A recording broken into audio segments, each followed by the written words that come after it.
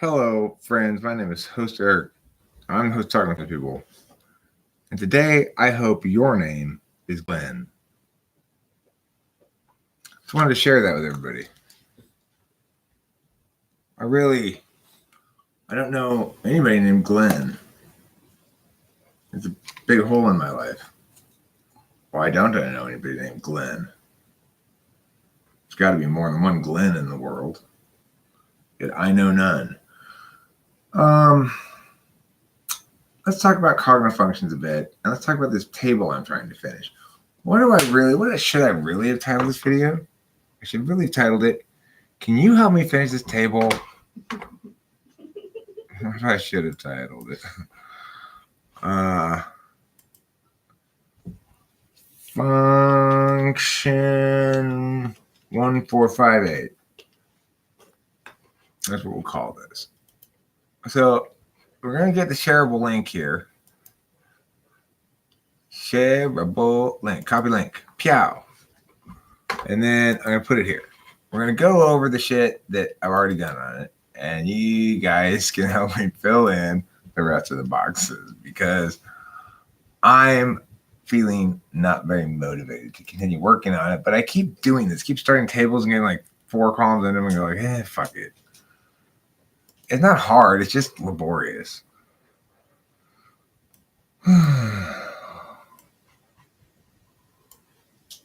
Laborious. TIU hard. Okay, I'll TIU hard. Fate wind. Didn't you used to be fate wind and then fate and then wind and then fate wind again? Are you adding and removing the wind periodically from your name? I want to know. Inquiring minds want to know. Hi, Octavia Silva. Can you help me finish this table? I should just put the link to make it. Anyone can edit. How's Rachel? She's fine. Excuse me? She's drawing a picture right there. I'm good. Thanks for asking. Pete's sake.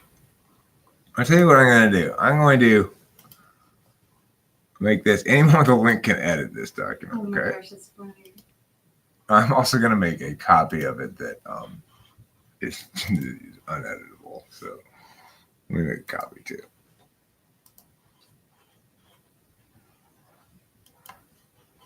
All right. So forget that other link. That link doesn't let you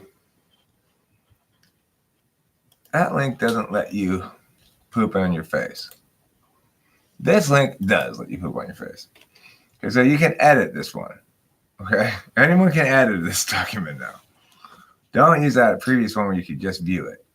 Now you'll see here what it says is it gives you examples of the first row, the second row, and then I started the third row and I got bored. So I need other people to help me with it.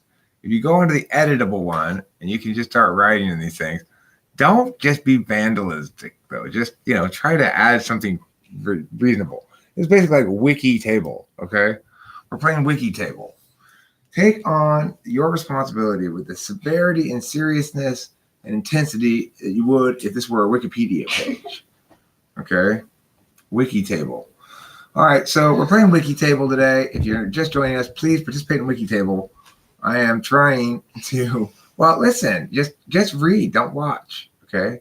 You can read and watch. You don't need to watch. What is there to see? It's just my face talking. Can't you just listen? Okay, well, just mute it for a minute and do what you're doing.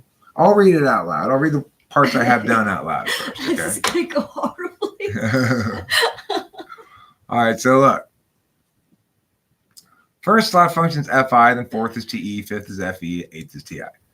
TE metaphysical, that's the non-native aspect of TE, provides relief from dominant FI physical.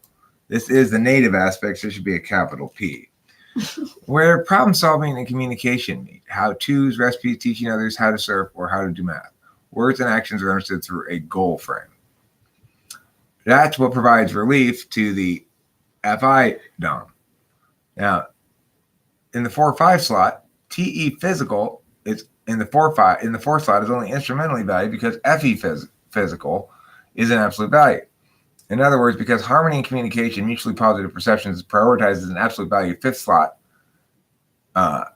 F, E, and FEP. TEP, which entails a real-time usage of people to attain one's own goals, cannot be valued absolutely without conflicting with FEN.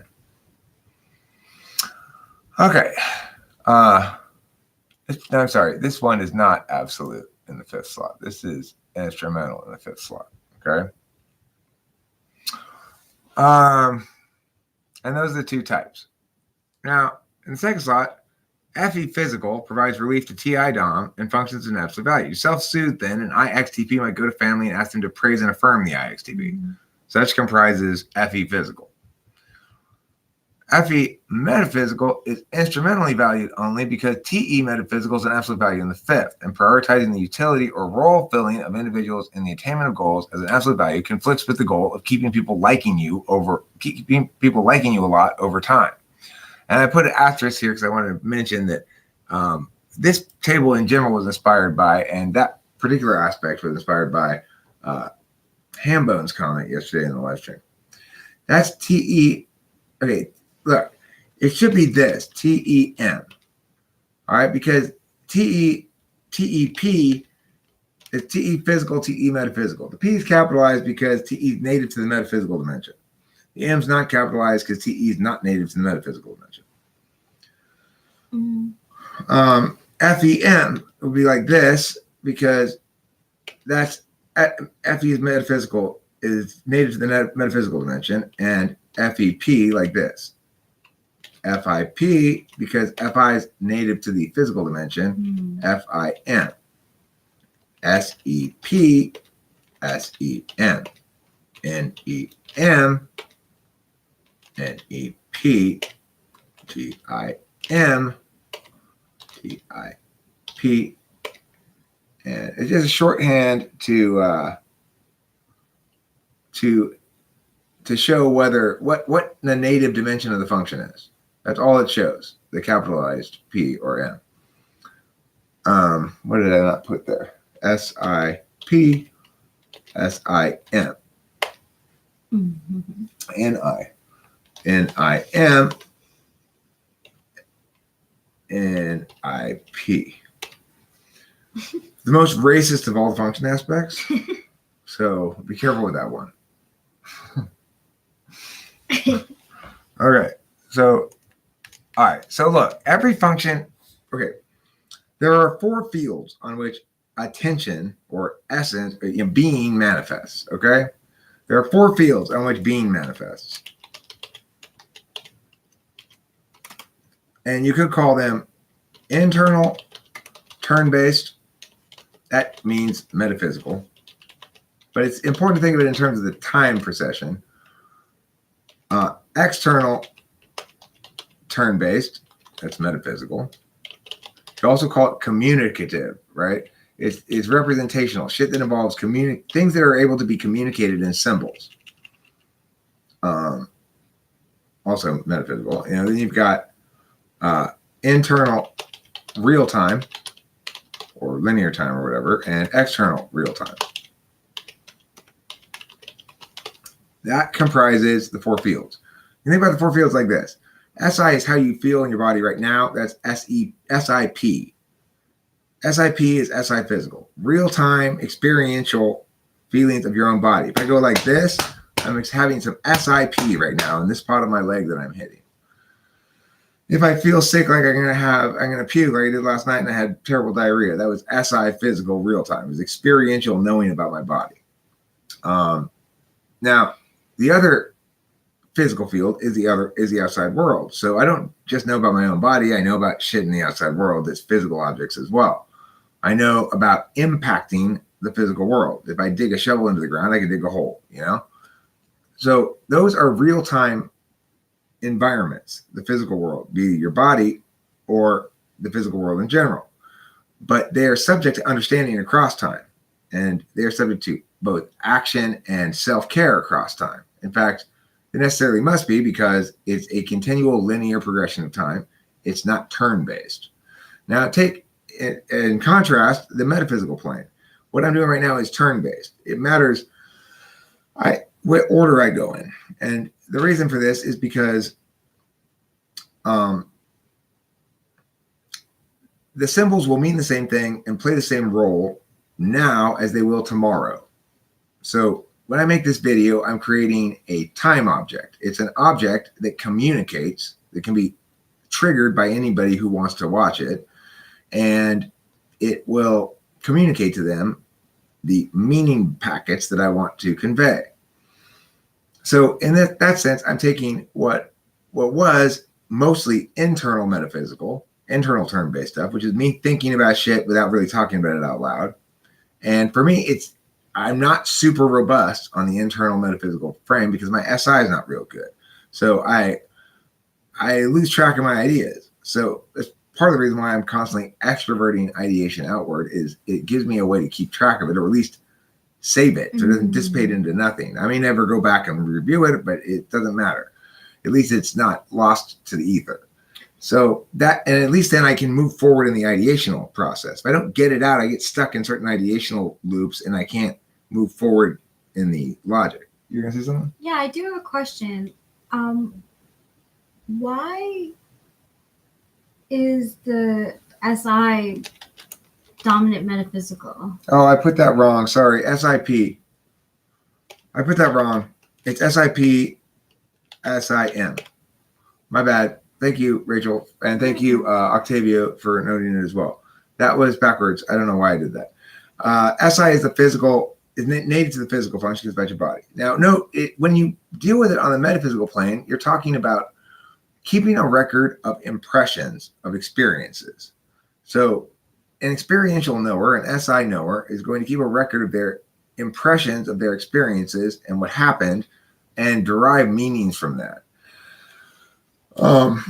It's not native to the metaphysical realm, so it's not really a very effective way of knowing. It's saying, like, last time I went to Vegas, I succeeded in gambling. So therefore, I'm a good gambler, and I'm good at going to Vegas and winning money.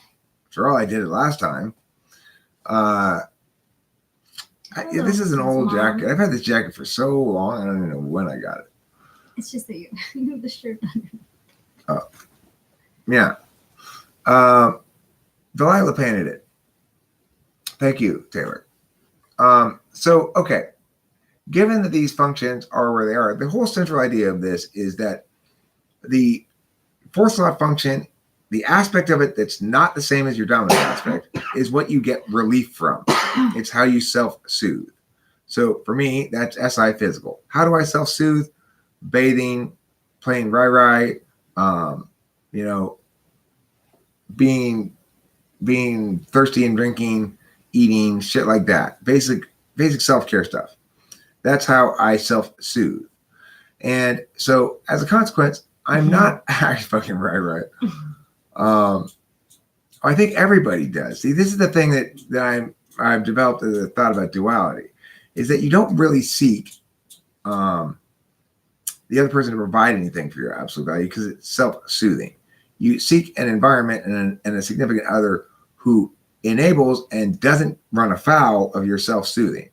Now, where you might actually seek some help, but it's not very important to you, is in the opposite aspect of your fourth slot function. So for me, that's SI metaphysical, which means I'm much more likely to seek help in keeping track of my schedule. I'd like to have a secretary. A secretary would be great. In that regard, Socionics is right. You kind of do seek to delegate the off aspect of your fourth slot function. But you don't seek to delegate. You simply seek a conducive environment for your, the opposite aspect of your dominant function. That's a tricky one. That's why I got stuck, Hambone. It's like, that's why I realized this is hard. I hate trying to describe TI physical, but I had a thought. Here's my thought. TI physical, I thought this because I reflected back on my ESFJ wife. She was very interested in arguing shit out with me, but she was always shifting ground. Like, she wanted to, all right, keep that in mind, flow state. Last till midnight tonight. I'm probably gonna be shit out of luck. Right now, I'm currently waiting for some checks to clear. So, pretty broke. I don't have any shirts to sell anymore right now. I have to get more made. That's fine. Go for away. I don't give a fuck. Yeah. I'm not in it Do you for the have a money. TikTok? Is that where the code is TikTok? What's TikTok? TikTok is it's a newer version of Vine. So you can make Oh. videos. Yeah. Oh, Cool. Taylor, see, you and Rachel are closer to the same age. That's why you understand these youthful things. I like telling you though. I enjoy learning about youthful things. Mhm.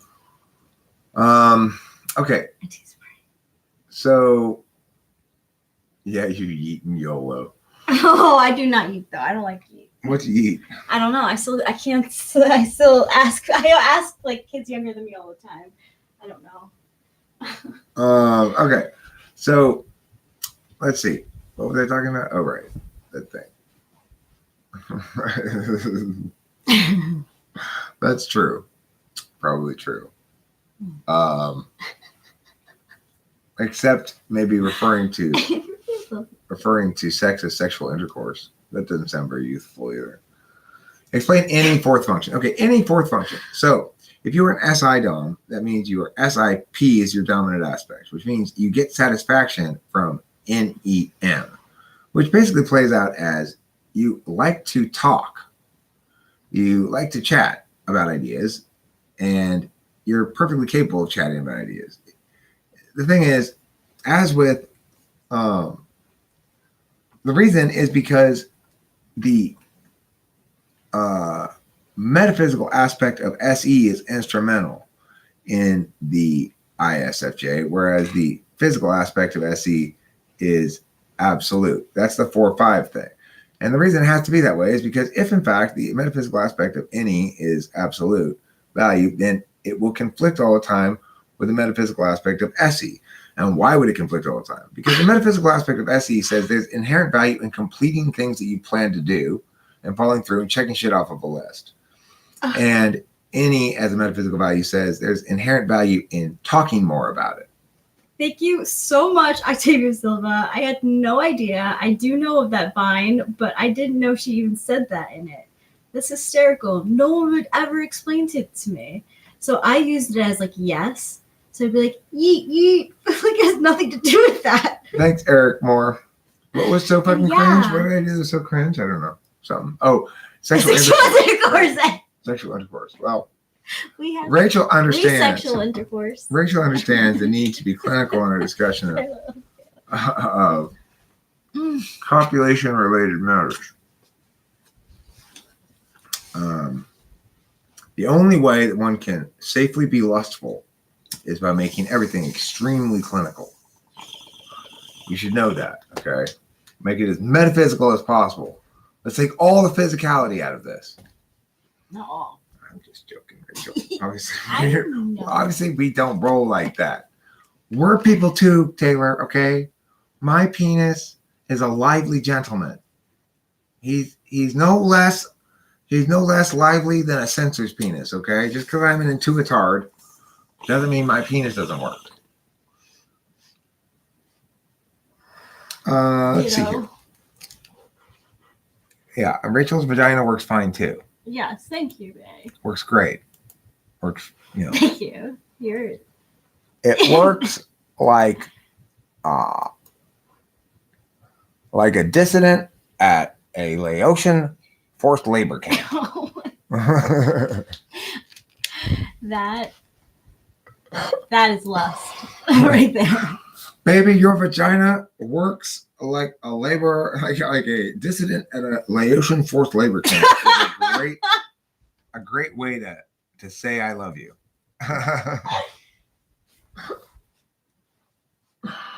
This is maybe the first time I've ever included a Laotian forced labor camp in the joke. I can't believe I've been leaving that low-hanging fruit on the tree so long. Me neither.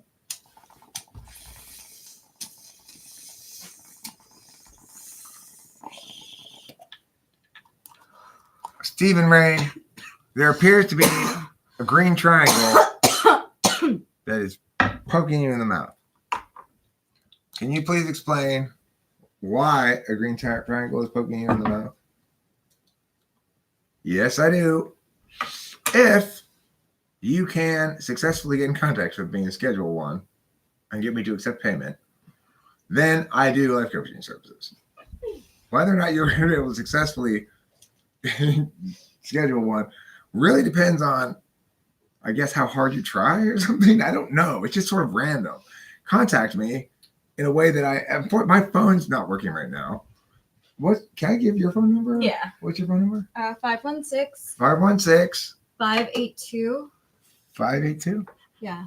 516 582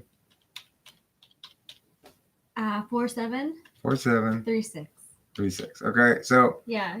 if you want to schedule an appointment with me, then my schedule's pretty open. Shoot Rachel or a text saying you want to schedule an hour and tell me just tell me even one slot is fine or two possible slots that are available. Probably it'll be available for me. Do I accept Bitcoin? I'd like to. I don't even know how I would do that. I don't either. That Except seems for, hard. I think Cash App, I think, is one of those places. But I would like to accept Bitcoin, but I don't know how to do that. we'll ease into that one. How about?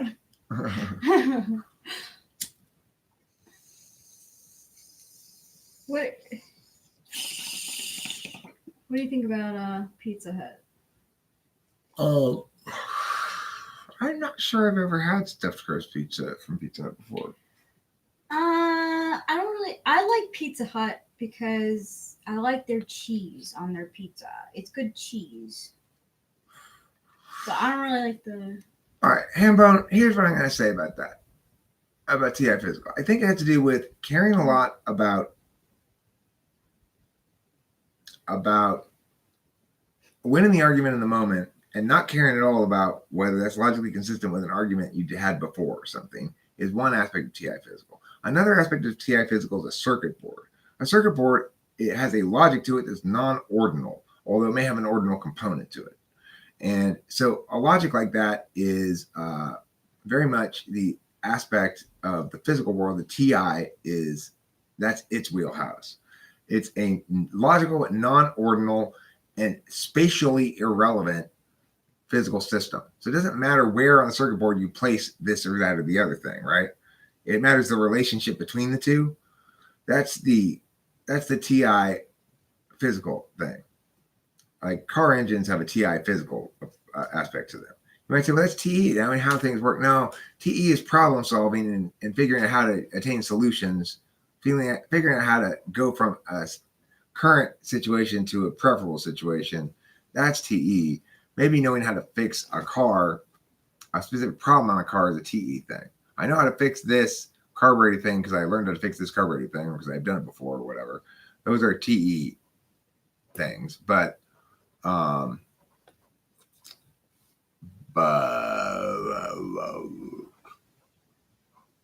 that's what I think TI physical is. I also think TI physical is using TI in the following way with FE. There are a lot of FE signals that are physical signals. TI physical will go, these physical signals are inconsistent with those other physical signals, or are consistent with some other physical signals, or some consistent with some standard universal interpretation of physical symbols. And so I can conclude the following things logically about this chick's availability to me, for example, and go across the room and hit on her. That's the ESTP's specialty, is they can read the physical language of people much better than ENTPs can, because for them, they're much more naturally attuned to the FEP, and I'm much more naturally attuned to the FEM because they're PDOMs and I'm an MDOM. So, do you find that ENTPs are more oblivious when people are interested in them? Well, they have an almost impossible time of accepting any other than definitional cues. In other words, it's like it doesn't matter. People hitting on them. It doesn't matter how much you hit on me. if I'm not confident, if I'm not driving it myself from a place of confidence, or very confident such that I know as soon as you start hitting me, I want to take over and can take over and drive the thing. If I'm not feeling confident, then as an any dom, what I will do is, it doesn't matter how many body language signals you give me. Well, she could have meant something else about that. She could have meant when she uncrossed her legs and pointed to her vagina vigorously. She could have meant that she has vagina cancer and she wanted to alert me. I don't know. I won't know until she says the words directly. You've experienced this with me before, right? You say you're trying to give me lots of indications of something, but if you're talking around it and not being direct, yeah. I will interpret millions of things. Millions of things, right? You're a physics person, not a metaphysics person by dominant nature. However, ESTP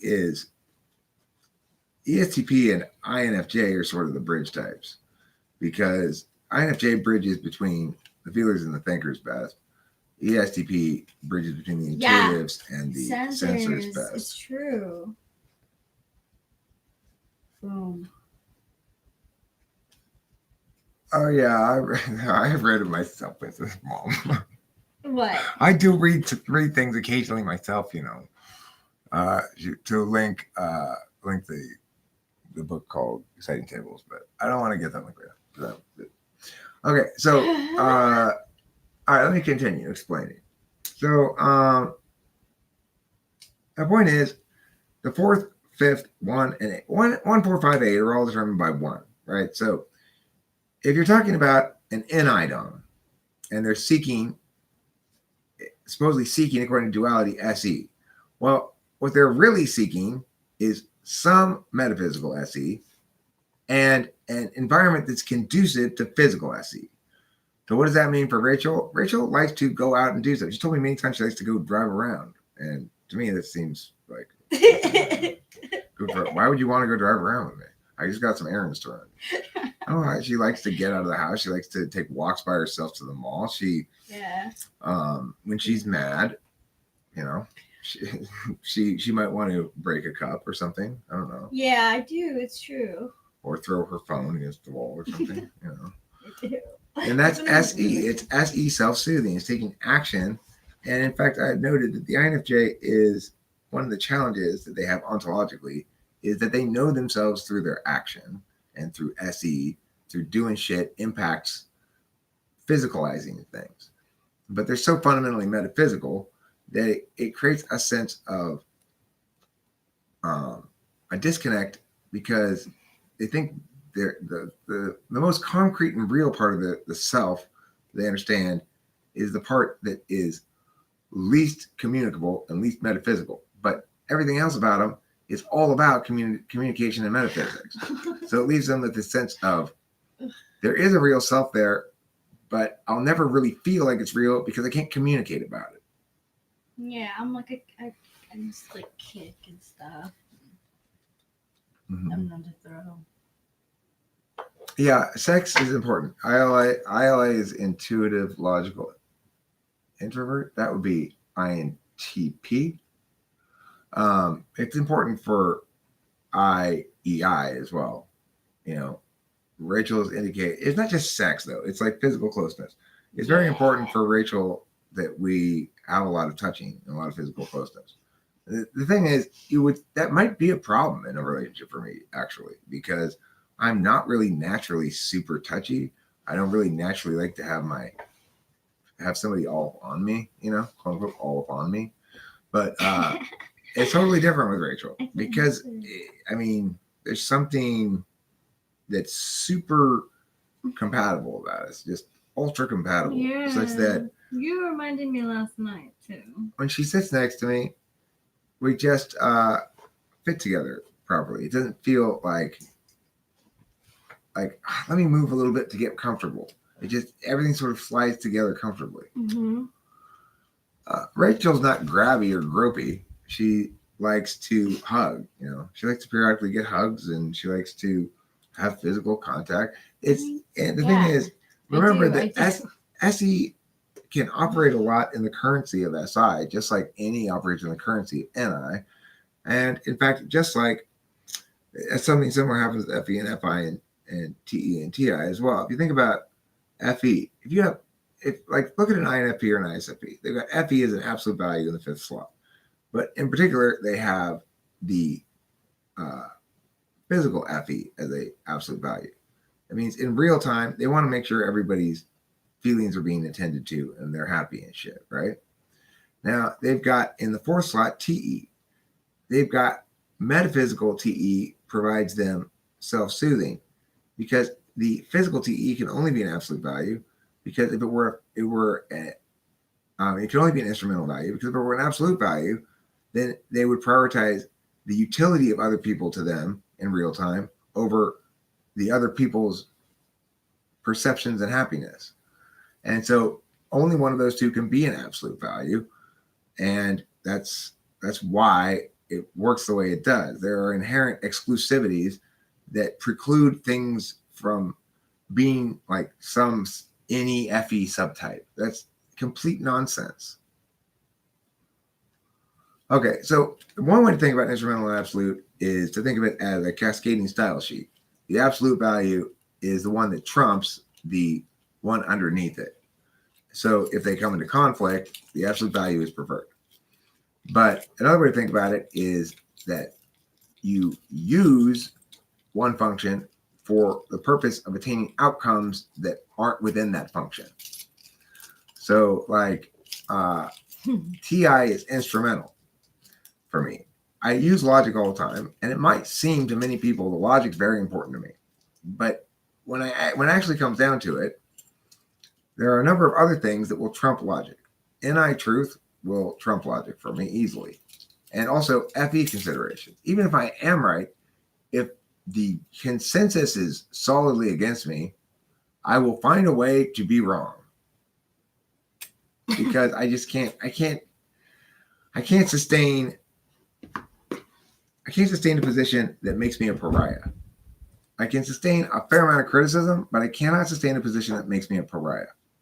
I will ultimately end up conforming to the consensus. And the other thing is, I don't care about fairness between Rachel and me at all.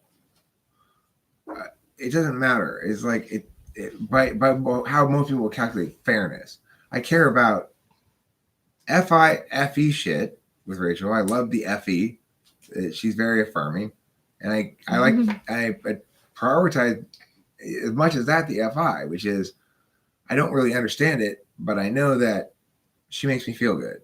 I like to be around her. I like her, whatever that means, and that I'm more attached to her than I normally am to anybody, and I don't really get it all, but I know I'm prioritizing FI here. So NI, FI, they'll both trump TI. FE trumps TI. NE trumps TI. It doesn't matter how logical it is. If it's not new to me, it's boring. I don't want anything to do with it. Thanks, babe. Sure. That's a lot. How does that FE work for INTJs as an absolute value? Well, it means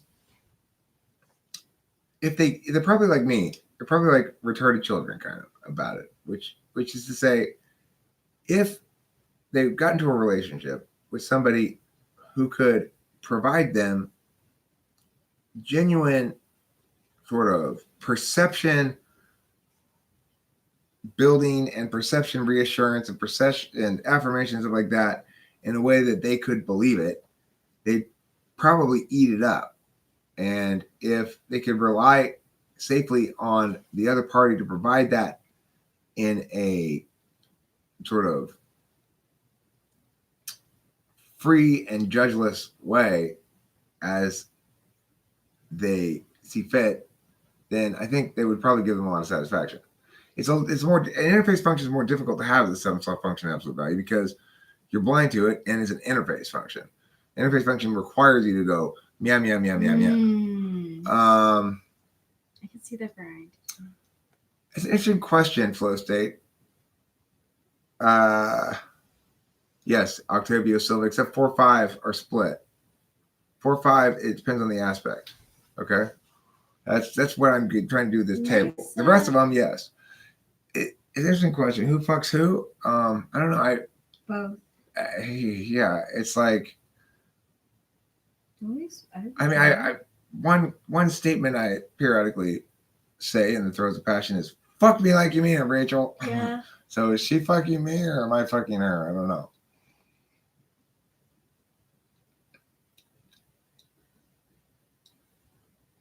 Oh, that's fine, Octavius. So I it's- appreciate it. I was just saying, I'm impressed with your focus, Octavius. And here's the thing: it's like I am much more capable of conveying information to people in this context than just sitting there and writing the table board here, because like work. Because it's taking my any playtime thing, which is coming up with ideas, and having to do TI instrumentality on it and make sure it's always logically sound, or everyone's gonna tear me to fucking pieces if I make a single mistake. So in your system, both ENTJ and ESTJ with a physical TE. Okay, well, so the thing is, yes, TE is always native to the physical dimension. So if you are a TE Dom, you are fundamentally a physical type, a real-time type, and so forth. But ESTJ and ENTJ play out very differently because when you bring in the 2, 3, 6, 7s, it's a more complicated equation. In this particular table, I'm trying to eliminate the 2, 3, 6, 7s because I want to talk about the relationships between the 1, 4, 5, and 8, and particularly between the 4 and 5, and how the specific message I'm trying to get across in this table is that you can't. The reason you have as an absolute value only 1/2 of the 4th slot function is because you can't both be, and 1/2 of the 5th is because you can't have both those things as absolute values. And the 5th, which is ignoring but is much closer to your dominant in its sort of nature, you go with the same aspect as the dominant. Now, this is easy squeezy for an ENTP or an INFJ because the 5th and 1st both have the same native aspect. But it's not so easy for, say, a TI Dom, because TI Doms, they're trying to take on the off aspect of their ignoring function as a absolute value and the on aspect of their ignoring function as an instrumental value, because they're taking on the off aspect of their 4th slot function FE as an absolute value. So that means that they can't take on the real-time aspect of TE as an absolute value, even though TE's real-time aspect is its native aspect.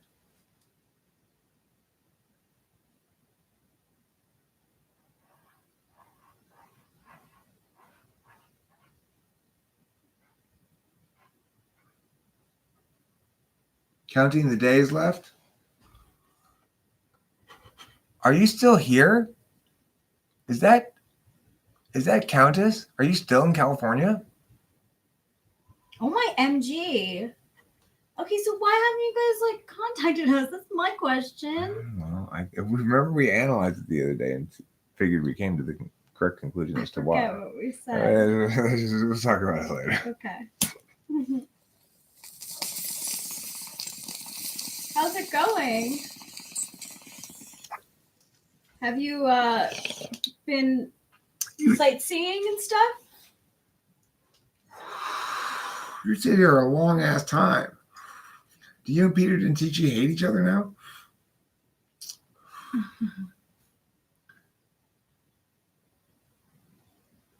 I like the affirming FE sounds or cooings of compatibility Rachel makes when you say things. That's the sort of shit that INTPs will eat up. It's a positive sign for the relationship. I think I'll catalog that as something. That's what freaking. That's how INTPs and ISTPs self-soothe, is they get that shit, right? The thing is, I like it too, but again, much actually more instrumentally, because I don't like the FE that I have an absolute value for.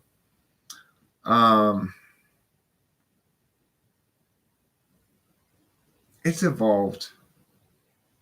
It's like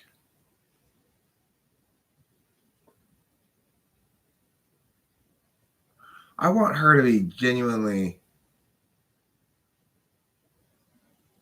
happy and completely comfortable with imposing on me, being a bitch to me, whatever.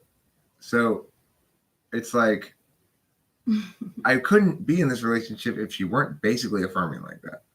But now that I've come to understand completely who and how she is in regards to her basically a positive and affirming nature, I also recognize that as an INFJ, she needs most of all to be in an environment that encourages her to never prioritize the function that should be instrumental for her in ways that make her uncomfortable. And that's the problem is when good types go bad, it's because they probably are overusing their tool function. And that creates problems for themselves and others potentially. When I go bad, it's because I am overusing, thanks, Chivas. It's because I'm overusing my tool function.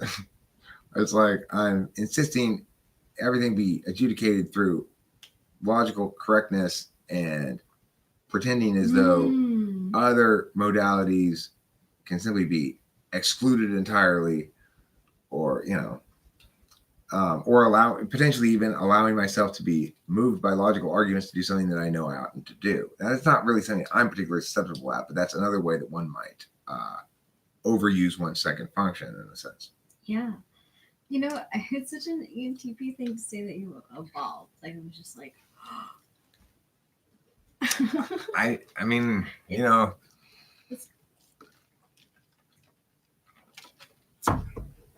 I have. That's the bottom line. It's the thing about FE is it makes it tricky sometimes. It's like I want to talk about my experiences mostly as launching points for ideational analysis. I like that. Now I gave up on both, Jeebus. I just got her chained here because she hasn't earned her phone back, number one, and she doesn't deserve a bribe. I'm going to keep her chained up and well beaten until she's genuinely enthusiastic about being with me. Let's see. What is INTP inappropriate love behavior? Cheating on partners? Well, I mean, obviously that's inappropriate love behavior, but I would suspect that for an INTP, they're going to have difficulty with somebody who suppresses their ideation. While it is true that our tool function is instrumental, we do not like any environment that does not allow us to accomplish the results we want with it. This was my problem with Kimberly, is that she wouldn't let me use my tool function to solve problems. She wouldn't let me be fair to her and have that work.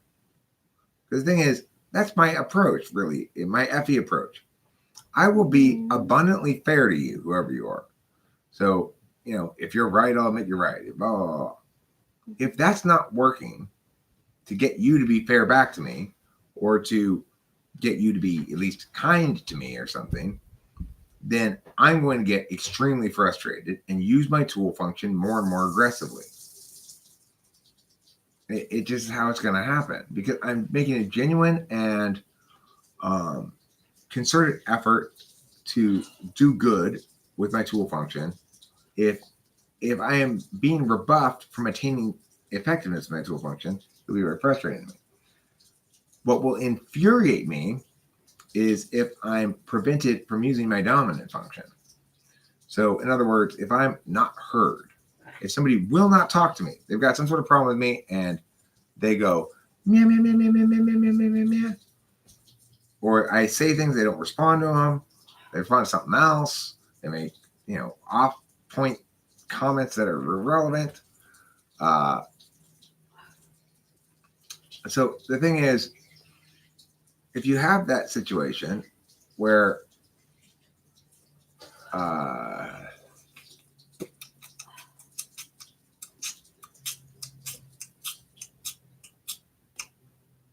I forget where I was going. Oh, that's my train of thought. Kimberly's assertive linear type. What does that mean exactly? I mean, Kimberly is an ISFJ, but she's quite. I mean, ISFJs can be particularist in their manifestation, and she's in a lot of ways quite different from, say, my mother or my oldest friend, who are both ISFJs as well. So, if it's a quality that's specific to ISFJ, assertive linear, I mean, I'm not sure what that means. Can you explain what that means? Okay, well, look, everybody has the fourth slot, the aspect of the fourth slot that is the opposite of the native aspect of their dominant slot is absolute. The aspect of the fourth slot that is the same as the native aspect of their dominant slot is instrumental. And with the fifth slot, it's the opposite. So the one that's the same as the dominant is absolute. The one that's different from the dominant is instrumental. All right. So, and all the other ones, it's odd numbers are absolute, even numbers are instrumental. But for 4 or 5, it's the way I said.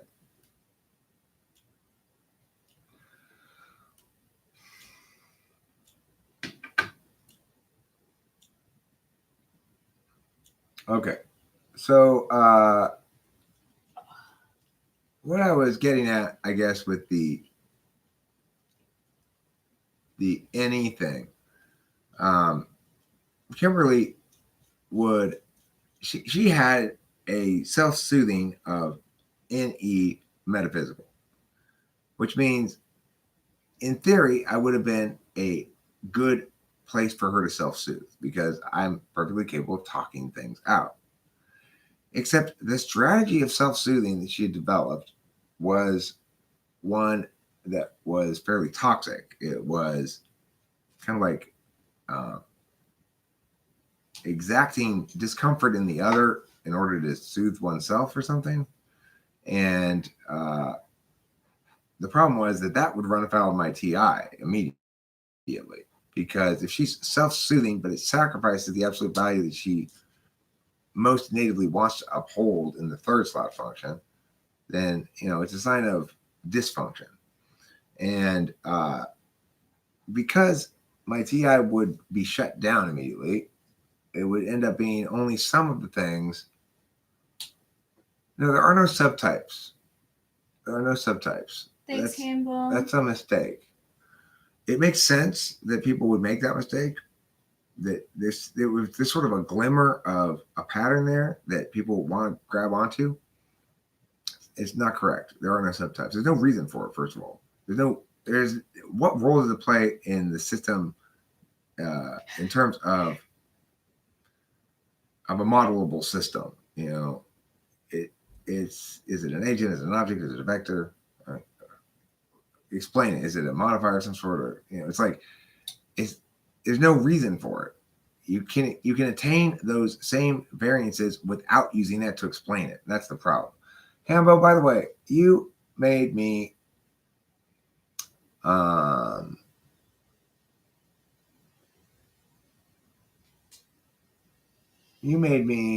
make this video in that table. Mm-hmm. So anyway, okay, I don't really buy that. Each wanting to be the leader. Because do you think I want to be the leader in this relationship? Mm-hmm. Do you think you want to be the leader in this relationship? No, I came into this relationship saying that I want someone sitting next to me. I don't think either of them seemed. I don't think either of us seem to want to be the leader. I mean, obviously, what I want is to.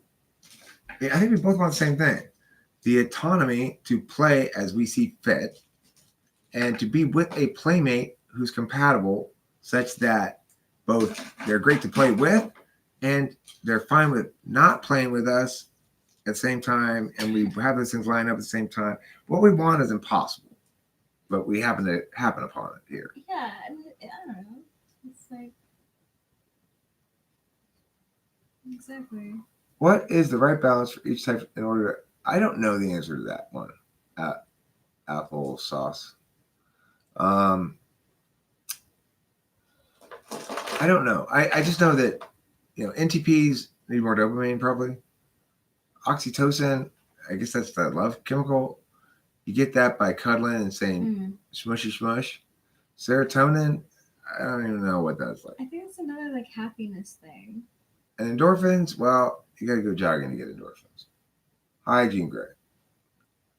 That's when it comes to wanting to be right in discussions. See, no, that's not something related to type. That's something related to development. I don't want to be right in discussions, quote unquote. Neither does Rachel. Mm-mm. We both want to use dialectic because we're fairly developed, which means we'd like our conversation to allow us to take a disinterested calculus in the short term, such that we can maximize the interested calculus in the biggest picture. The interested calculus in the biggest picture is to improve the self, and it's not going to do you any good to cling to wrongnesses. It's not the case that either of us wants to be right in conversations, or it's the case that both of us do. However you want to frame that. Right. It's true. I think we just want to be heard mostly, right? Yeah. That's what it comes down to. I know I want her to feel heard. I want to uphold my own standard, which is the same standard I always want to uphold with everybody. Yeah. It's easier with her because we're mutually beneficial in a lot of different ways. Emotional dialectic is something I absolutely include in my conversation. Real dialectic doesn't embrace frame bias or function bias. It minimizes it. So, of course, I respect and recognize the value and importance of FI and calculi. Yeah. Just yesterday, or this morning or something, I'm processing FI thing with my dad right now. And as I thought about it all, I actively did this practice of, okay, well, do FI. Put yourself in his shoes, quote unquote, which is something I just don't do naturally. It's not like I put myself in my shoes. It's that I put myself in the abstract blank slate judge's shoes always. And so I practiced an FI and it changed the way I thought about the situation. And so, and Rachel's prompted me to use FI before as well, or somebody in the live stream did about Rachel. I should say. They said, think about Rachel coming into a new family, blah, blah, blah. And that prompted not just me to think about her perspective from that angle, but from a bunch of other angles as well, because it reminded me, try FI. So that's real dialectic. It absolutely incorporates as many different modalities as possible and tries to have some sort of metaframe of actual goodness, moral agency, as the ultimate check and balance. And honesty is always the engine of that, Yeah. Honesty is always the engine of moral agency. If you're, whatever decision you're making, blah, blah, blah, blah. If you're being completely honest with yourself and others about every aspect of it, you won't make the wrong decision unless you're evil. So if you are making the wrong decision and you're not evil, then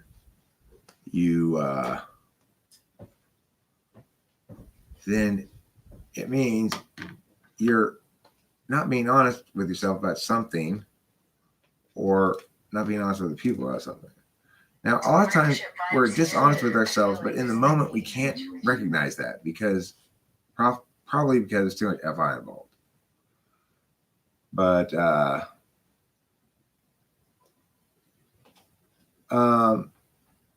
no, I think he's not putting himself in other shoes in that sense. He's creating characters. He does like to do that for sure. And of course, to tell a story of characters, well, you've got to position it from their perspective. I also do that in my songs. I make a lot of characters and they have their own perspectives. I try to make them as distinct as possible. And it's a great kind of third slot FE way to get at impressions of FI.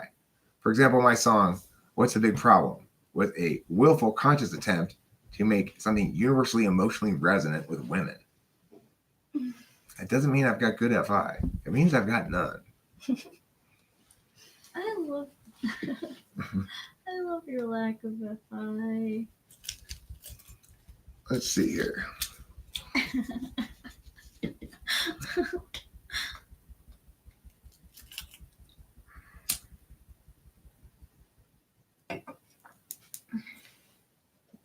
Ah.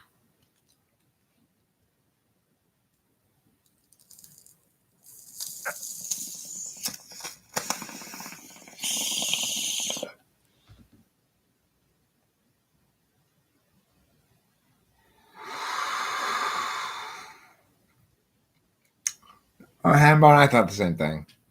You know, it's not your fault at all. If anything was misunderstood there, it was because he communicated it poorly. Yeah, To me, what I heard was, Hambone, I want you to time me out. That's what I heard him say. Everybody else, I don't know. I'm here. Jeebus,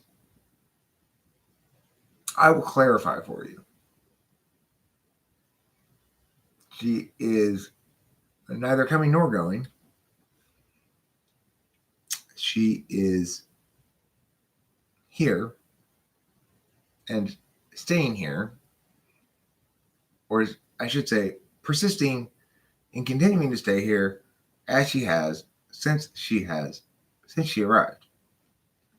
Is that clear enough for you? I love your lips. They look so pink. And I like this. This is how I kiss. It is actually how he kisses. Come give me a kiss, Rico. He lures me in that way. I can barely decide. All my life I was deprived. I'm Tom Jickelson, and I'm feeling rather snide. And yes, Winston's mom, I do like Reese's peanut butter cups. Yes, we're together romantically. We're together semantically. We're somewhat different pedantically. And who? Gubbins 94 is on the sex offenders registry? I certainly am not. Thank you, Tambone.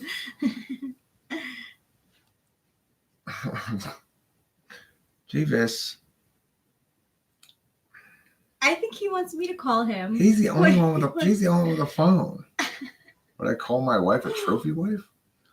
That's a trappy question, isn't it?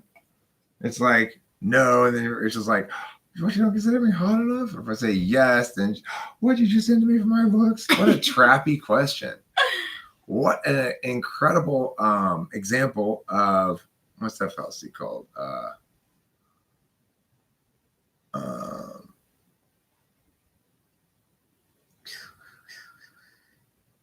It's a kind of false dichotomy that is formed as a question, such as, have you stopped beating your wife yet? Is that fallacy?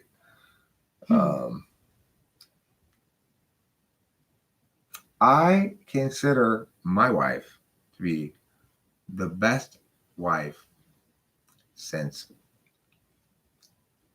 Jesus gay married the Apostle Paul. Aww. Thank you, baby. I don't know if I was sad when I pooped in my diaper. You want to bum it? Yes, I do. I also want to show the Gee flowers that whiz. you got me. Gee whiz. Wow, you have a slow brain. Eric surprised me with these today. It was so thoughtful. It's attracted to me.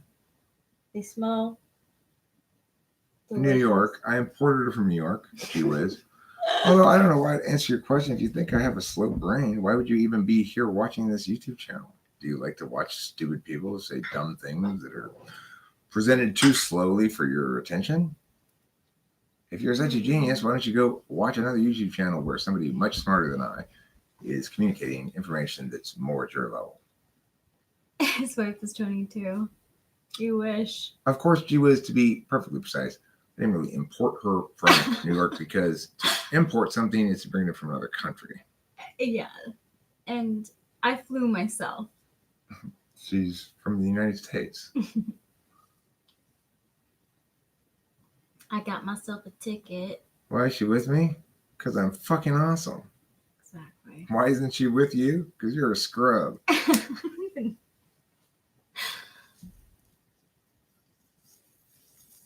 Thank you. It was so romantic. I appreciated it so much. It was such a sweet gesture. And that's why, I wanted to show the softer side. Yep. Bitcoin Brian. What country is your wife from, Bitcoin Brian? Let me think. Is she from Canada? Is she from Mexico? Is she from Philippines? Right, Bitcoin Brian. I think you have hijacked my attention enough.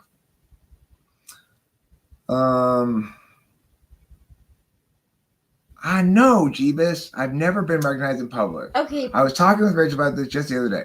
I so totally want that to happen. I want somebody to come to me and be like, "Oh my God, it's you, host Eric." I so totally want that to happen. My wife looks like an ISIS woman. Thank you. She's not 18. She's 34. I'm an ISIS woman. Oh, We did go when we went to when Jeffrey won Uh-huh. the last time. We did have like a young kid come up to you and he was like, "Hey, talking with famous people," and I heard and I let Eric know. Okay, but yes, that's true. I That was know. a debater, though. And the reason he knew about talking with famous people is because I was the judge of his wife, your wife. Fine, sure. Okay, well, enjoy her then, Bitcoin Brian. You are a scumbag. Anyway, so You're a man of much creativity. can you mute him or time him out, I please, can. Hambone or somebody? I am done Where's my phone? with that guy. Hambone. It's again one of those things Where's like my phone? I don't know where your phone is. Thank you. Thank you. Can you imagine actually being somebody like that guy's wife? What a fucking nightmare that would be. I know. Give me head, bitch. I know. I paid for you. Right. I own you. Give me head, bitch. Yes, Rachel sucks my dick. Of course. Yeah, I do. Why? Because we're very enthusiastic about each other. And I love him. It comes with that for me. Just I'd love to get your tits signed. Jeebus, I'd sign your tits, okay? Fucking out you go. Not true. Slander and bullshit and fucking spite monkeys are out in force today. I must be doing something right. I'm attracting a lot more spite monkeys lately. Thank you, Thank you. Hambone. Thank God for Get Hambone. fucking words. Thank fucking Yo. God for Hambone. Yeah. I can't even find my phone right. I don't even. Where the fuck did I put it? Oh, there it is. Is it over? Do you want me to monitor? No, I always forget you're even a moderator. Yeah. I made you a moderator originally, mostly as like a joke to a setting up before you actually came here, before anybody knew about us. Yeah. So that I could go, no, I made her a moderator because of her excellent moderator skills. Which was not true. But But I mean, not that you're a bad moderator. You are an excellent moderator. I'm just saying, I wanted to pretend like she was the only moderator for a while. Yeah. And then the reason is because I've evaluated all these people and chosen her purely on her skills to be the moderator. That was my joke. Okay. But anyway, thank you, Mr. Singh. I appreciate that. Oh, thank you. It's nice to get some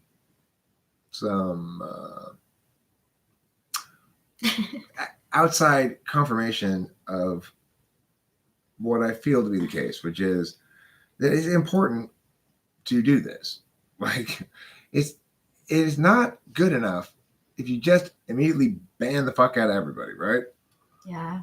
You know, they need to experience the failure of bashing their ships against my cliffs. No, yeah, I wasn't even going to make you mod. Don't worry. People Mr. say Singh is shit. my I didn't favorite even right read it out now. loud. Hambone and Mr. Singh are my favorite right now. Fate Win wants to be Fate Win wants to be modded. Guys, I'm not making moderators. I did it like one day. I made like several people moderators. I'm not Just a doing while it anymore. ago. I don't need any more moderators. I've got Hambo. Yeah. If Hambo That's how weren't it here, feels. maybe So, I'd have to moderate somebody else. I don't know. Princess Mom, she tells people in her way. Jeebus, never in a trillion years will you get a wrench. Never. You will not. I wonder what would happen if a moderator tried to put me on timeout. I wonder if that would happen. Exactly. There are enough moderators. Aren't that many? But that's enough. The only problem is occasionally Hambo's not around. I am a bit homesick. It's I do think it was triggered too, a little bit. You know, I being emotional gets all kind of feelings about all kinds of things out in me, and it did bring out some homesickness. Yes. Yeah. I mean, look, we are not all roses and fairy dust around here. The thing is, I genuinely feel that's not even something I've talked about with Rachel yet because I'm still thinking it out. I genuinely feel that this fight was a particularly good fight, in part because it knocked me out of a place where I was sort of sitting on some fences here and not being adequately allowing or recognizing about some stuff. So it's like, I need to be with my family a little bit more. Me, not me and Rachel, me. And it's not like I'm giving Rachel a pass. She's doing me a favor by reminding me in various ways that just by her own sort of inherent NIFE discomfort with things that aren't exactly right, it's that I need to be more of a son. And I don't really, it's not only do I not need Rachel to help at all, it's probably best that she's comfortable, she certainly is comfortable with this, that when I'm spending time with mom and dad, she lets us have our time. It's like I grew up around here as an only child.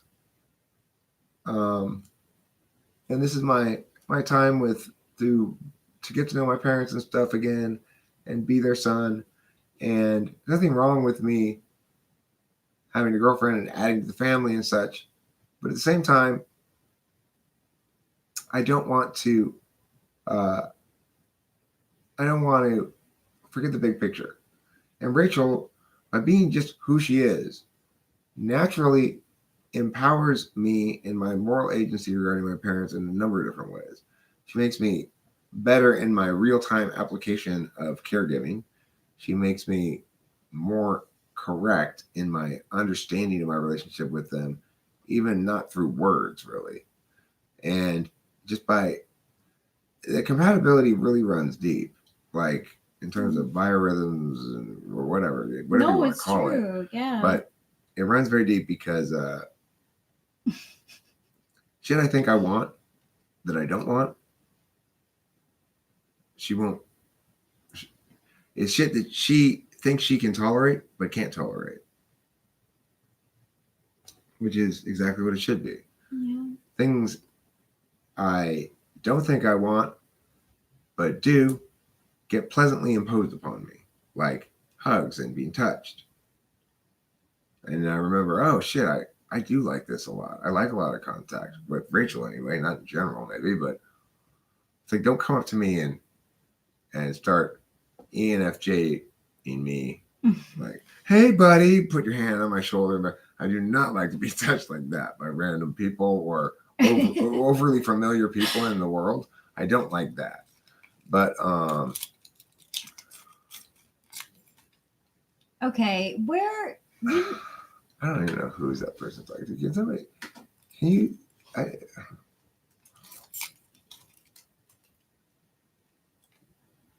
never cheated on her. What are you talking about, Mr. Singh? It's great that she lets you have all that time away from her despite your past when you cheated. Or you? I never cheated on her. No. What are you talking about? Rachel and Peter? Who are they talking about? I know. I don't You're know. not even on camera. It's confusing. I'm confused. No, right. Thanks, Jinpei. Who are you talking to? Peggy Denham? I've never been to Thailand.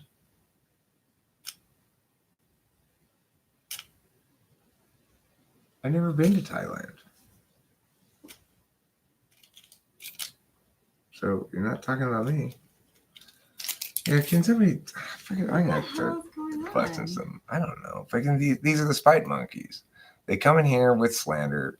They slander from the shadows. Hey, There. Ramon's got him. Yeah. Thanks. Who else do I need to get out of here?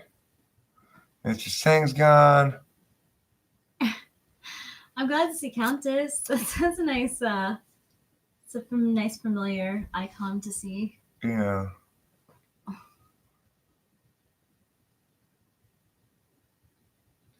My birthday is 1/16/1985, and if you know how to do math, you can do it.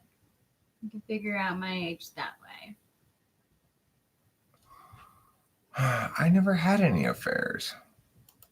Where is this coming from? It's fucking spite monkeys, right? Spite monkeys are trying to come in here and just do harm, right? That's what the definition of spite is, right? Yeah. You want to do harm. In droves. You want to do harm because you're spiteful. And there's no other reason. It's like, I'm spiteful, so I want to do harm. Yeah. I don't know. Fucking spite monkeys are weird. No, I wasn't cheating. She was. I didn't cheat. I can't believe fucking Becky spun it like that. That I cheated with a married woman. No, she was cheating. I wasn't cheating. I was single at the time. I do still regret it. I acknowledged it was wrong of me. It's not something I would repeat doing. But I certainly wasn't cheating on anybody. Is that what Becky's saying? God, that fucking spite monkey.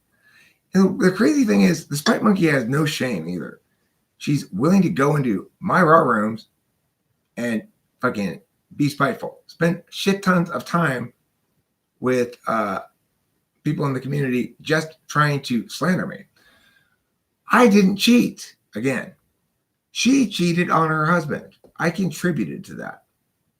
And I agree, it's not something I'd do again. I did it once, and I learned a lesson from it. Yeah. I'm not going to do it again. I don't know if I'll add to that, but like, I'm not innocent of that either. Right. We choose to believe that we. Listen, this kind of fucking talk about tween and whatever, that shit gets you in trouble with YouTube badly at the moment. So I just can't even tolerate. They're not banning loads of innocent people. You got to be fucking kidding me, David Monday. I mean, these fucking trolls are coming in here and slandering me, accusing me of things I've never done, and just fucking trying to be spite monkeys. Yeah. There's no possible reason to justify defending them at all.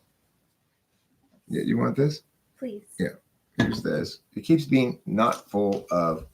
That's not true, David Monday. It's not true at all. What fucking chat were you reading? Yeah.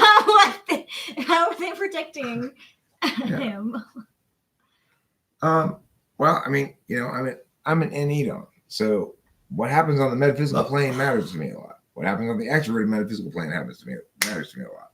I don't typically not respond to slander. Typically, if somebody slanders me, I'll say, you're slandering me. That's not true.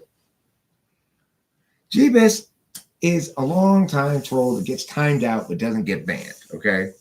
He's constantly getting himself timed out with border shit. But we are not banning him. Nobody's banned fucking Jeebus, okay?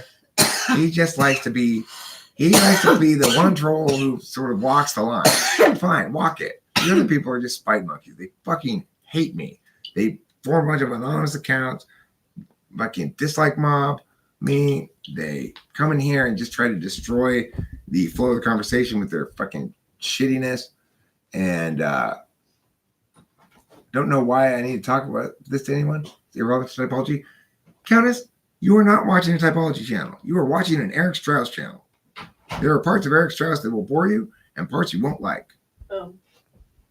No, Callum, I never cheated on anybody. I did one time when I was 18. No, I was actually 19. I was 18 or 19. And I cheated on my first real girlfriend, and I never did it again. And she cheated on her ex-husband, and that's true. And I contributed to it in a way that I now deem as morally unacceptable. But at the time that I justified because I wasn't betraying anyone's trust. That's the core question there. The reason being a cheater is so bad is because you are betraying someone's trust. Yeah. Her husband had no trust in me. I couldn't betray it.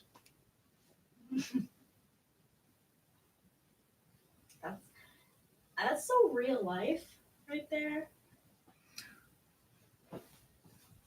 So anyway, I like that.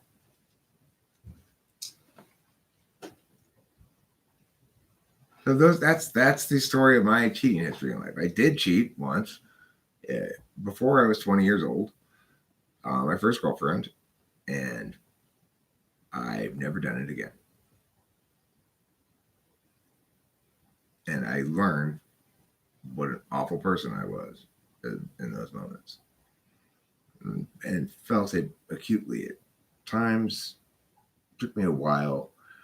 Oh, come on, fucking spite monkeys. You spite monkeys. You were one too, businessman, obviously. The same guy, same fucking spite monkey, probably. Somebody who hates me so much that they will spend this much time.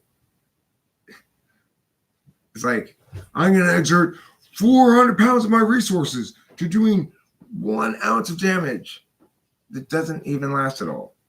And I'm going to help at the same time by contributing to. What are you doing? Just stop. Businessman, you're not fooling anybody. You're not fooling anybody.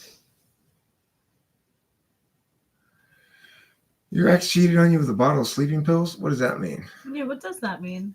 I mean, she was addicted to drugs or what?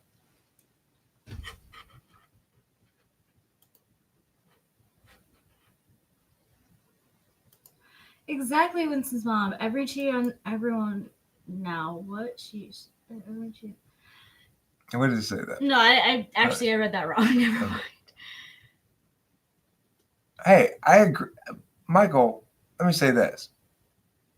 I totally agree that my behavior was not morally acceptable by my own standards now.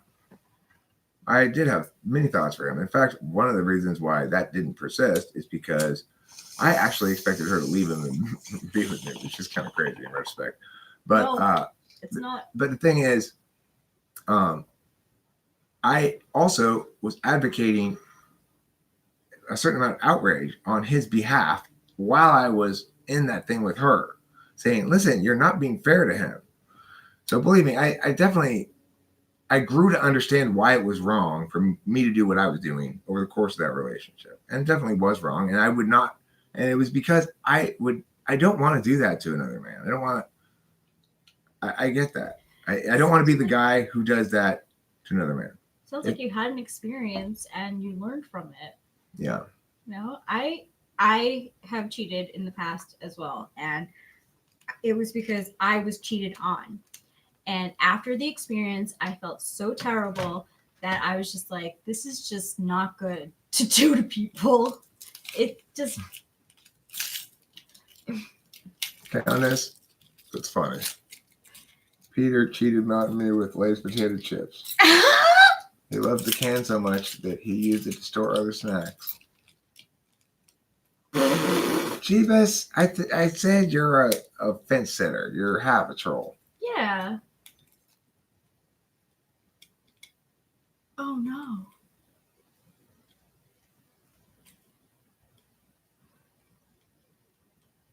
Are you still with her?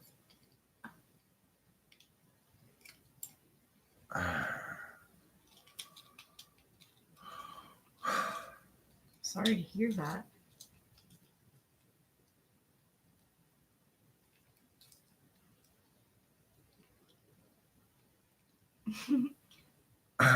That's a red flag. Foshizo. No suicide attempts without warning me first is not a condition that somebody should set in a relationship or need to set. Good job, Horse Mumbler. Yeah. Cheers of a generic brand sounds like a bit like host Eric's songs. The orange is bright but slightly off, like Cheetos of a generic brand. I like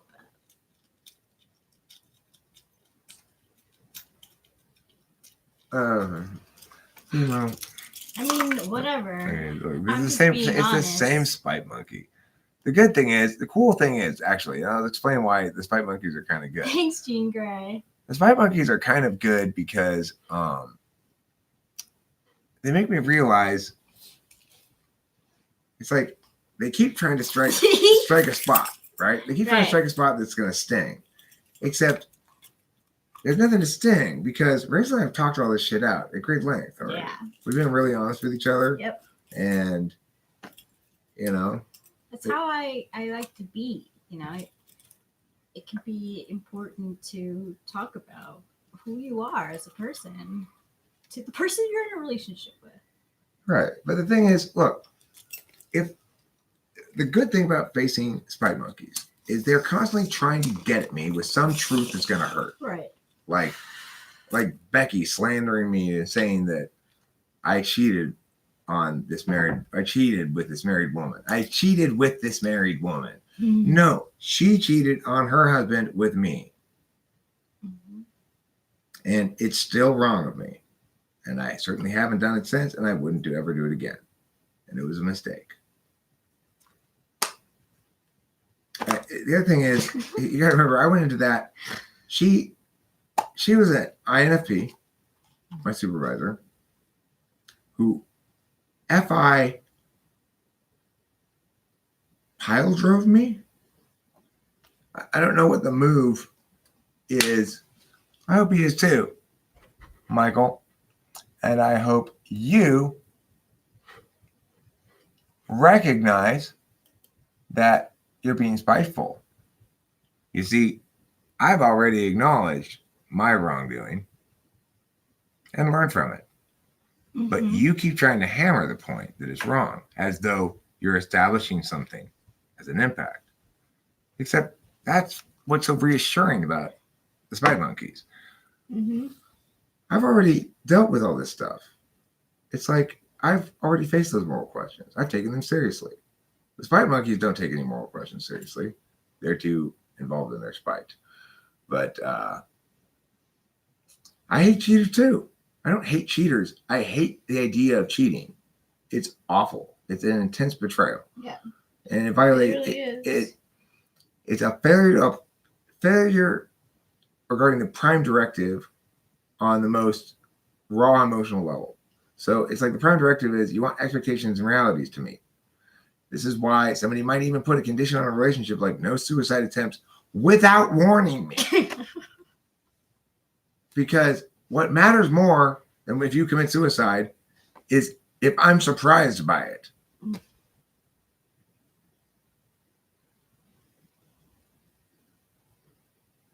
Yes, she did have kids, David Monday. Thing is, I was not the first person that she cheated on this guy with. She was honest with me about that. Her kids were mostly grown. She was almost 40. Well, look, you guys want to condemn me. That's fine. But note what you're doing. You're sitting here and condemning me for a moral failing that I engaged in as a human being who makes mistakes. That was not betraying anybody's trust, but was being careless in my moral agency. In other words, I had no responsibility to those kids, that guy, or that lady. But I nevertheless agree what the moral correct course is. I learned from experience that I don't like the complications of that and the implications of that morally and a lot of things. Does that, if you want to condemn me for that, go ahead. But I'd say, who are you and what have you done that makes you so intent on condemning me for a failing that's less bad than an actual failing that people would normally condemn, namely cheating? I didn't cheat on anybody. So for all of the spite monkeys, some of you guys are trying to sort of maintain legitimate status as best as you can. Yeah, Becky's the one who cheated with the guy at my house. I mean, she's just a spite monkey. She knows it's not even she's trying to deflect attention. She's just trying to incur harm upon me. She's slandering me, saying that I cheated with this married woman. I didn't cheat. That's a lie. You know, she's awful. Yeah. It's what happens when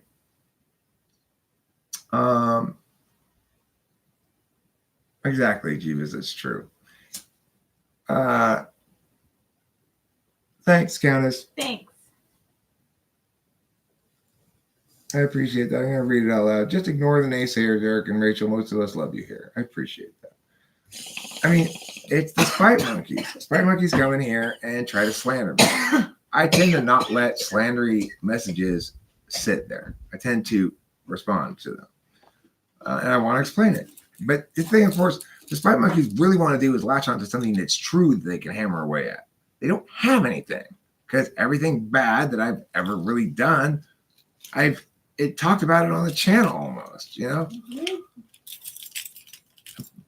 Maybe Becky comes out and does this shit when she gets drunk. I don't know. Rachel is childless. Rachel's childless and probably won't persist that way indefinitely. I do plan to impregnate her at some point. My intention right now, or at least my working plan, is to use my penis by inserting it into her vagina. Now, I'm thinking maybe a single insertion won't be adequate. I may have to repeatedly insert and remove the penis from the vagina because from what I understand from reading the biology books, that motion will produce an ejaculate. And inside of that ejaculate are many little sperms who are like little miniature Eric, and they go and they try to have eggs for breakfast, apparently. I guess there's a kitchen in Rachel's stomach that just makes eggs.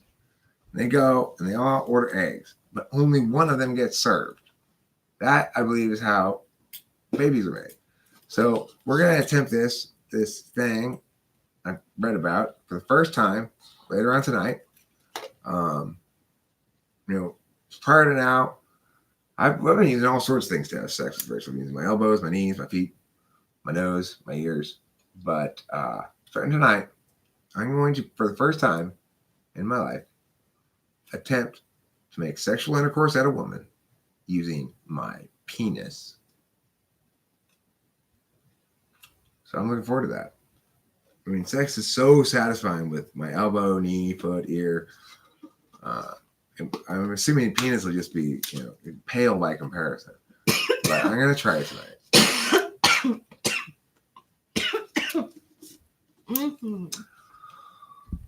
I am not going to impregnate Rachel right now, though. Not tonight. Okay? So tonight, the ejaculate, the sperms will not get to dine at the egg restaurant. Okay? They're going to get to dine at in the belly button well. Or the sinkhole of lower spine, perhaps. Practice. That's where they get to go. Yeah. They practice going out. It's really terrible practice because I'm just sending them out to die. Hit me back just to chat. Truly yours, your biggest fan. This is Stan. I'm a character in a rap. And ENTP's good at that. If you want my advice, if you do get her pregnant. Oh. Never mind. Oh my goodness. These spider monkeys are thick as fucking shit in a cistern filled with shit inside of a shit caked Wait, what? poop thing. What? Surprise interview after the man? Yeah, it's gotta be, I guess. Your fly is open. Move it. Did you see the ENTP empath video? No, I don't think so. Oh, yeah. It's on my list. Oh, it's on her list. You're on my list. You know, you're on my list. You're on my list. You know, you can't resist. Here's my list. They're on your list. All the best things of life. Jeebus, you're such an ass wife. I see. Fucking Hambo's got such good discretion. Mm-hmm. Oh, it's probably Jester's core. Yeah, you're right.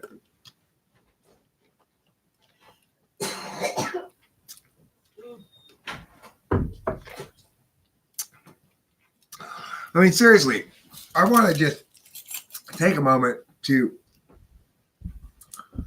point out what great discretion Hambo has.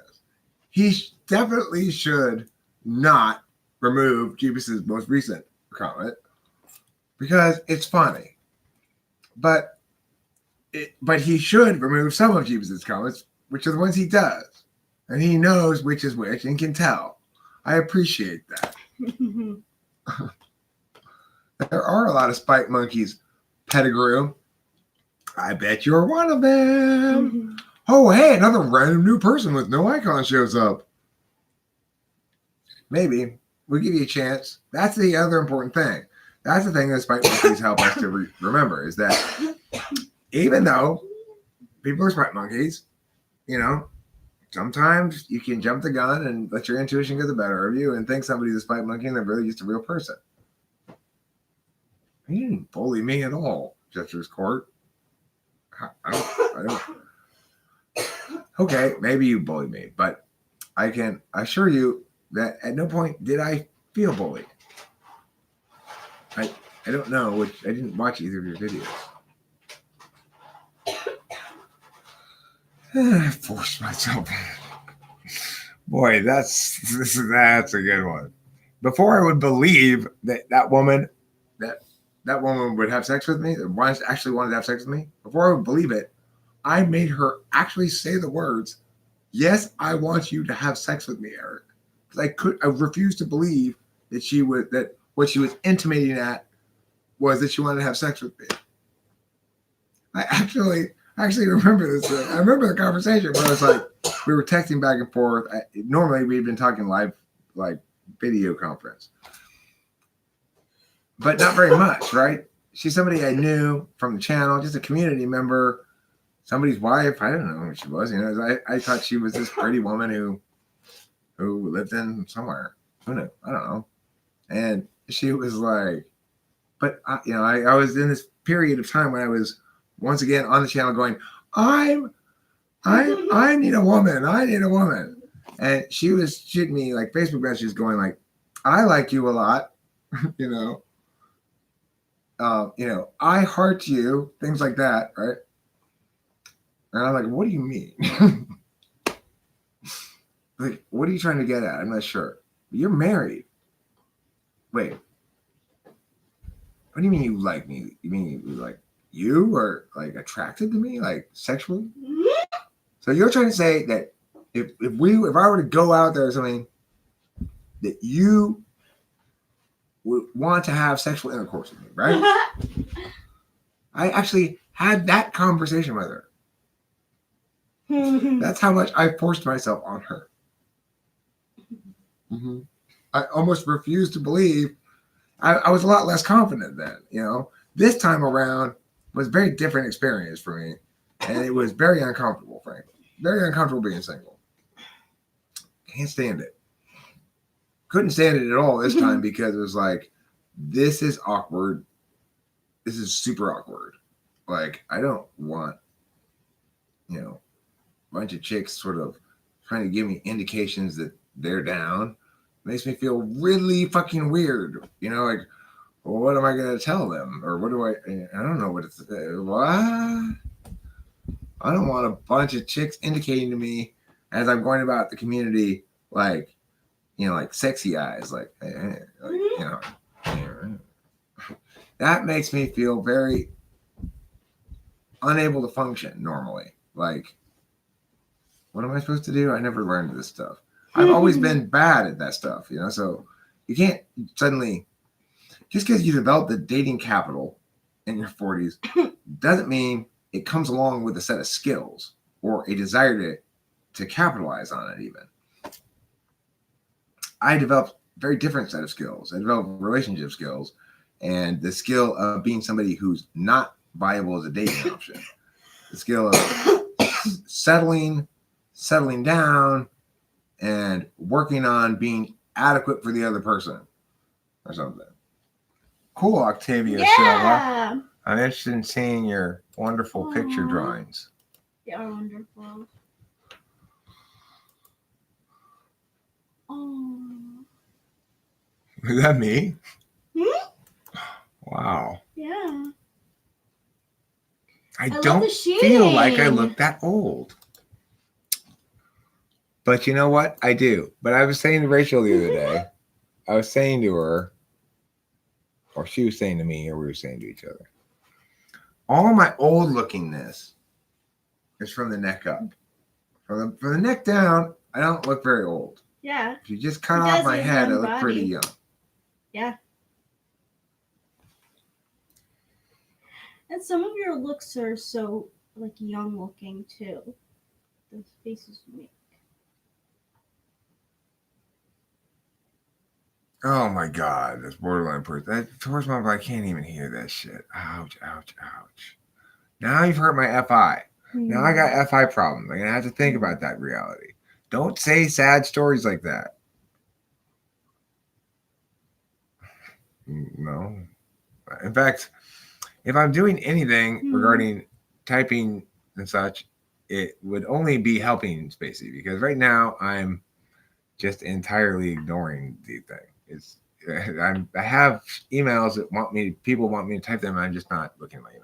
So I don't care. Spacey can charge the same, more, less, get more business than me. I don't care. Yeah. Let's say Spacey suddenly becomes the #1 typing service guy in the world. Good for him. Congratulations. That's what I always hoped for him. That's what I wanted for him in the first place.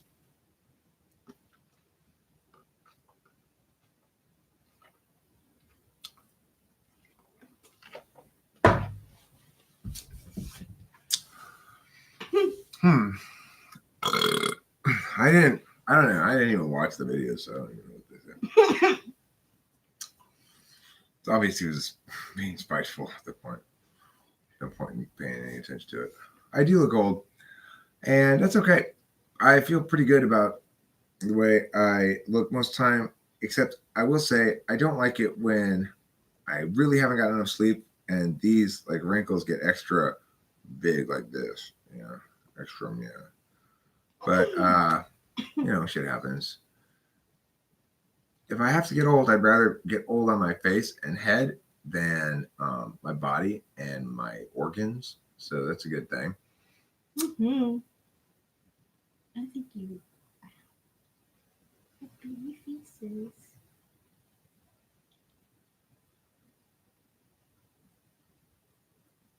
I have a very youthful scrotum. I like to play beach volleyball. I'm nodding. Mm-hmm. Cool. I'm glad I have a fun face to draw.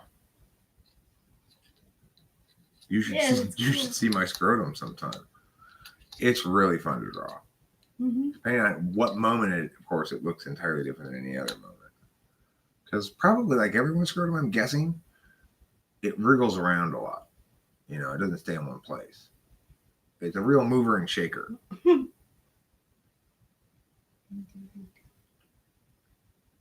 It's kind of like a skin iris. A skin iris in the sense that it contracts and opens up like that. Except it's like a vertical skin iris. Good job, Horsemonger. Stay safely out. Yeah. Never reference it again. Cast some magical spells with some crucifixes, holy water, that kind of shit. And, Boom. you know, excise it from yourself metaphysically as well as physically. Yeah. No, that would be horrible. Plastic surgery to lift your scrotum to the boy's pretty. My scrotum does plastic surgery on itself all day long, going up and down and up and down. In the morning, if it's cold or something, it's all like tied up like, you know, like a walnut. And if it's hot outside, then it's like, as that lady said about Trump, 2 golf balls and a sock. Nice. You That's know, a great expression. yeah, it is. Oh, thank you. Appreciate that. That's great. Yeah, Thank you that for is saving great. my FI, Horsemonger. Yeah, that is great. That's wonderful news. It is. Or a wonderful action on your part. One of the two. If you're lying, that's when it's okay to lie. Mm. You're genuinely protecting my feelings by changing the metaphysics of something that has no physical reality for me anyway, and I don't want to know. Hi, kitty. Old man face with baby junk, says Jeebus. The sad life of a scrotum. Is it sad? Why? Peter's scrotum is age defying. That's a good thing.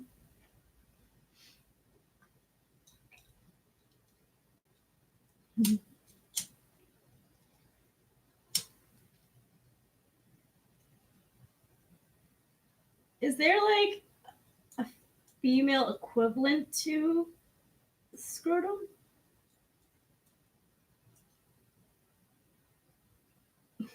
Is it our ovaries?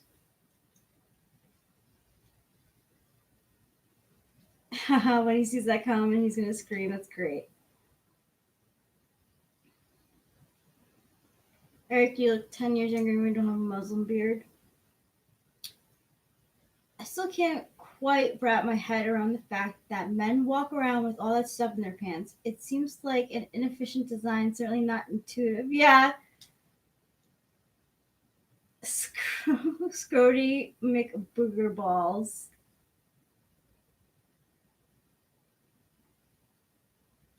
Use picture production. Why is there so picture? Because I just don't feel like I'm in a chair next to Eric's chair. I just don't feel like moving.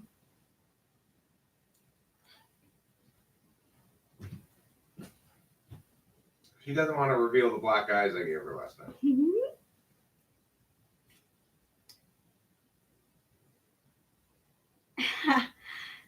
Vincent's mom says, LOL, I was thinking it's so funny to hear her disembodied voice.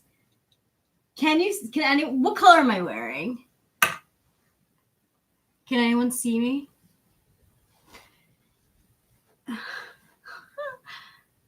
We watched an episode of South Park wherein a dude's scrotum was enlarged so he could get medical marijuana, and the ladies got excited over it. Oh my gosh.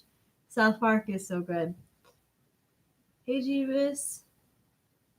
See, Eric, this is how it gets done. Good one. Blue. Rachel, I I've am been watching completely- Naruto, speaking of TV shows. Rachel's been watching Naruto with me. Yeah, I have been. See, hey. I haven't fallen through the floorboards here. There was an experience I had where I went to a bathroom and I had to be careful because there was a hole straight through to the first floor. So you had to watch out for this gaping hole when you went to the bathroom because you fall right through. Jean Grey, I remember going to the library to try to look up the word for their stuff. I had no idea where to find the word, and it was not in our elementary school dictionary. Rachel, did Eric lure you into his band with the promise of getting your phone back? My phone. I don't have a van. True. He does not have a van, and I have always had my phone, except for when I lose it myself. I don't think she's required a lot of luring, really. No.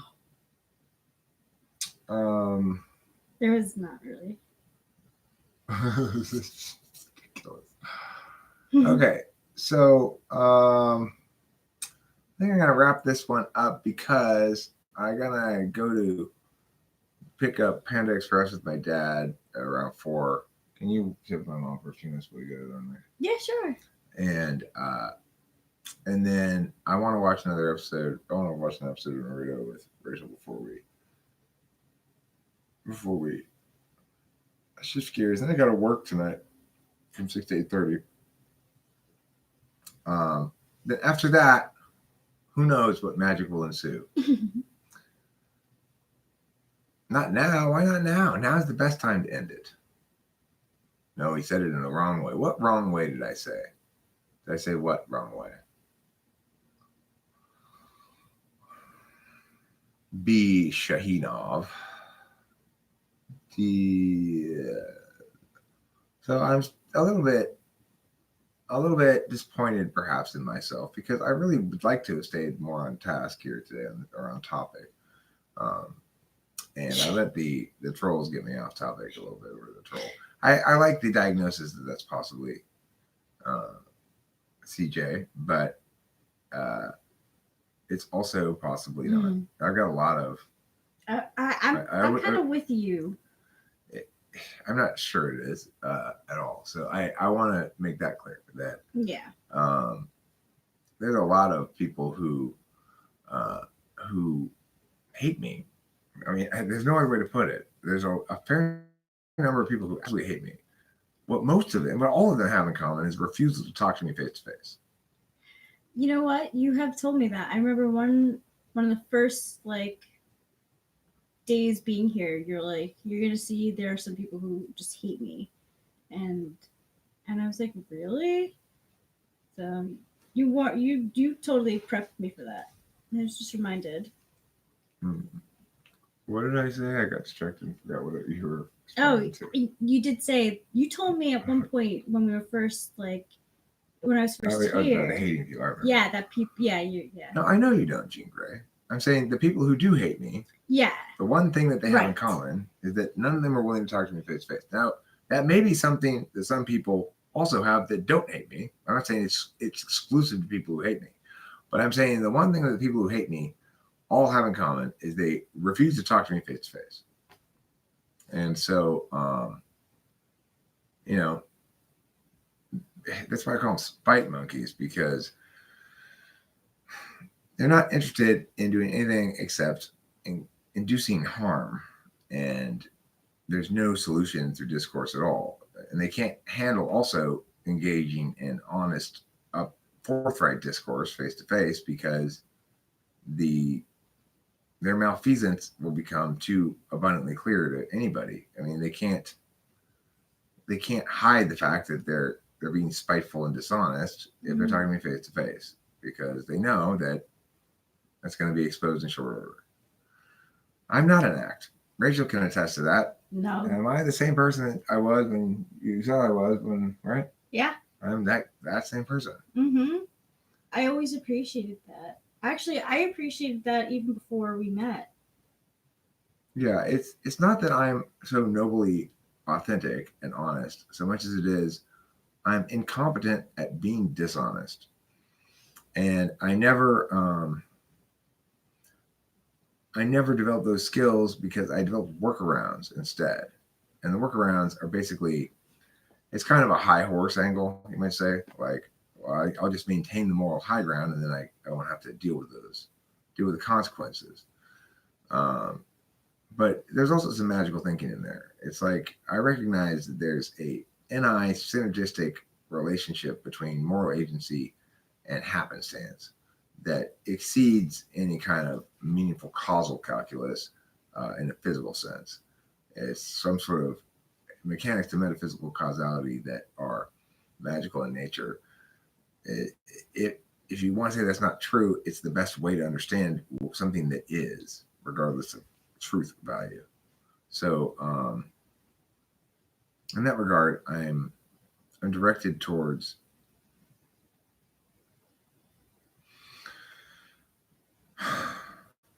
not being conflicted. I don't want to be conflicted. I don't want to be conflicted by making claims about myself while having this nagging knowledge of yeah that is underlying it that reminds me I'm lying or not really being truthful or being hypocritical. I don't want to be hypocritical, and I don't want to be dishonest with myself. I want to be objective.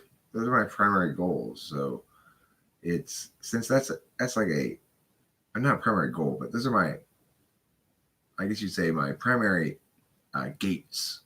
Like I've got to accomplish that at least, or whatever is built on top of that foundation is going to be crap. Because I prefer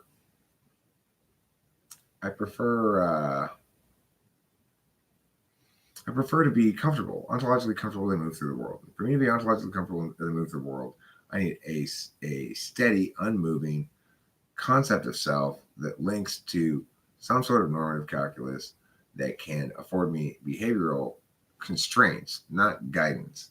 And that's where a lot of people run astray. They're looking for behavioral guidance when they need behavioral constraints. And then, I'm uniquely well positioned type wise, uniquely meaning me and other ENTPs are uniquely well positioned to land on either side of the good bad equation. One issue I want to talk about actually before in this live stream is the difference between manifesting and meaning smithing. So one thing that Rachel and I had to talk out a bit was her understanding of some of the stuff I said, and it's made me realize that I need to be somewhat more clear about it.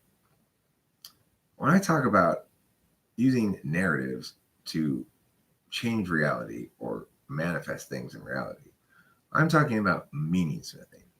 Apparently, there's this other thing that's out in the world called manifesting, which is all about willing what you want upon the world and using belief to control reality in some fashion. That is not meaning smithing. That is bad mojo and sure to catch up with you. Good mojo is not willful first. It can't be, because that's got to be the constraint. There's got to be a magical thinking constraint that allows you to engage in non-willful support meaning smithing on behalf of an ineffable good of sorts. I mean, the thing is, you can, in moments, use language to frame things, no problem. That's different than manifesting shit. So, for example, manifesting might be like, I'm going to walk into this place and just by acting like I'm a principal and having a little name tag on and just playing the role well enough, everyone's just going to buy into it. No one's going to check my credentials, and I'll just be invited to go search around, all that kind of stuff, and pull it off. That's manifesting.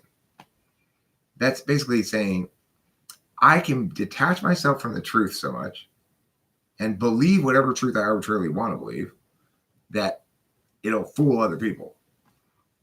That's possibly true, but you are sacrificing your soul to do that, because you can detach in your calculi. You can be a disinterested calculator.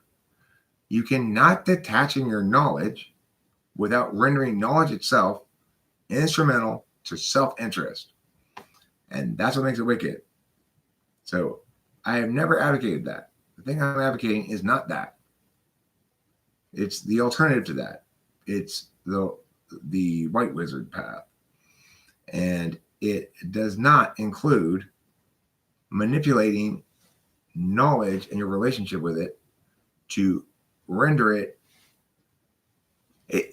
What manifesting is like doing this. It's like, and I do this sometimes in debate, actually. It's not really a big deal in debate. But if it were a big deal, manifesting would be like this. It'd be like cutting a card by an author, like I did, that said, truly doing what the equivalent would be. The author says, I do not agree with policy X. And you cut out the word not. You just ellipses out the word not. And so now it says, I do agree with policy X. That would be the equivalent of manifesting. It's cheating.